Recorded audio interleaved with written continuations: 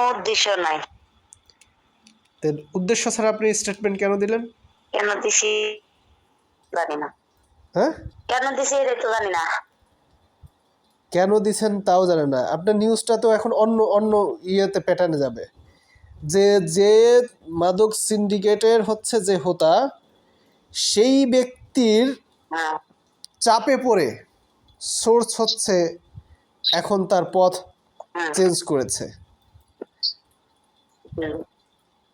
তো এটা তো এখন তো আপনি মনে করেছেন যে পারভেজ যে গত এক সপ্তাহ যাবৎ যে নাটক করছে, এই নাটকের মধ্যে আমরা কি নাটকের স্ক্রিপ্ট লিখি নাই? আমরা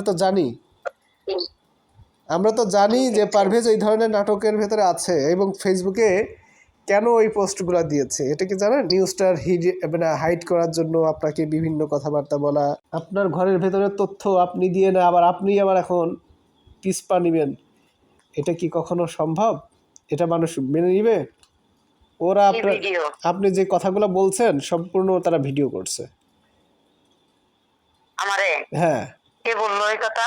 এইটাই তো বললাম। আপনার নাকি কথা বলবো পার্সোনাল হিসেবে। আমার সঙ্গে তো কোনো ওইভাবে কথা হবে না। তো সমস্যা কি পার্সোনাল ভাবে কথা বললে? আপনি কি আমার কি বোকা মনে করেন নাকি? আপনি কি মনে করেন যে ওই ই করবো ওই ওই ওই ধরনের না, বুঝছেন? আমার কোনো ওই ধরনের এই ধরনের দরকারই নেই ভাই, এই ধরনের ওই ধরনের দরকারই নেই। ওনার যদি কথা বলার থাকে উনি আসুক, অফিসে আসুক, কথা বলুক। আমি তো এটা বলছি যে এর সাথে কথা বললেন একান্ত ভাবে অফিসে যে কথা বলেন। হ্যাঁ,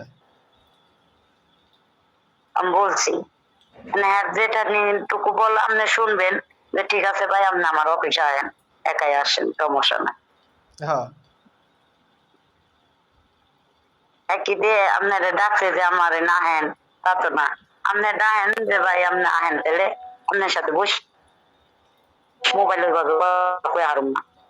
এটা কি আমরা বুঝি না? সেটা দেখেন। ডাকেন ভাই অফিসে আহেন, অফিসে আয়া দেখে দেন, আমাকে অফিসটাও দেন, আমি কি করি সেটাও দেন, এখানে বসে চা খাই আসেন, কথা বলুন।